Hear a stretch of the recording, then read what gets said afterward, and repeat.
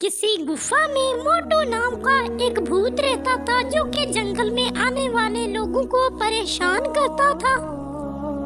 अरे वाह, किसी इंसान के पैरों की आहट है। मैं जाकर शिकार करता हूँ। वैसे भी आज मुझे बहुत भूख लगी है। मोटू जैसे ही बाहर निकलता है तो क्या देखता है, एक परी उड़ते हुए एक मासूम बच्चे को जंगल में फेंक कर वहाँ से भागती हुई जा रही है। और फिर भूतिया मोटू को उस बच्चे पर तरस आता है। वो उस बच्चे को लेकर अपने गुफा में आता है।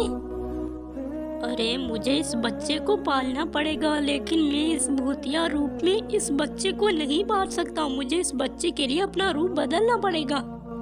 और फिर भूतिया मोटू उस बच्चे के लिए अपना रूप बदल देता है और वो एक इंसान का रूप धारण कर लेता है। अरे मैं इंसान के रूप में तो आ गया, लेकिन मैं इस गुफा में कैसे रहूंगा? ऐसा करता हूँ, मैं इस बच्चे को लेकर गांव में चला जाता हूँ। गांव वाले तो मुझे नहीं पहचानेंगे। और फिर मोटू उस बच्चे को लेकर गांव में एक छोटा सा घर खरीद लेता है।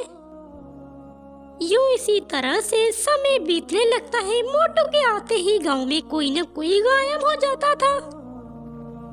अरे ये गांव के लोग अचानक से धीरे धीरे कहाँ गायब हो रहे हैं? मुझे तो कुछ भी समझ नहीं आ रहा। और फिर इसी तरह से रात हो जाती है।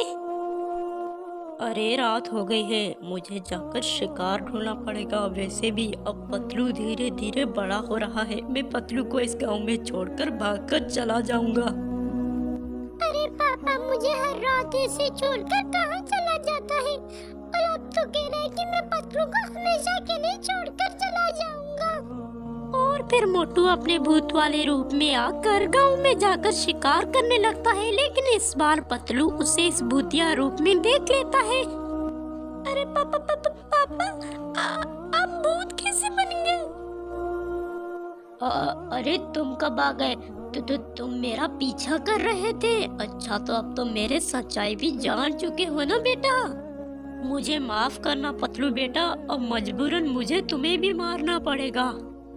इससे पहले कि भूतिया मोटू पतलू पर हमला कर पाता, तभी वहाँ पर एक परी आ जाती है। रुक जाओ शैतान, तुम होते कौन हो? मेरे बच्चे को मारने वाले। इस बच्चे को ही मेरे सावता ने ही जंगल में छोड़ा था। इसके चेहरे को देखकर मैं समझ गई कि ये मेरा ही बच्चा है। तुम्हें शर्म आनी चाहिए। ये बच्चा तुम पे कितना यकीन करता था। ये तुम्हें अपना बाप समझ बैठा, लेकिन तुम तो उसके दुश्मन निकले। मेरा ऐसा कोई इरादा भी नहीं था। मैं बस मजबूरी के लिए इस बच्चे को मारना चाहता था। अगर गांव वालों को पता चला तो वो मुझे भी जला देते इस बच्चे के साथ। अब तुम उस गुफा से कभी बाहर नहीं आ पाओगे। मैं तुम्हें उस गुफा के अंदर कैद करती हूँ।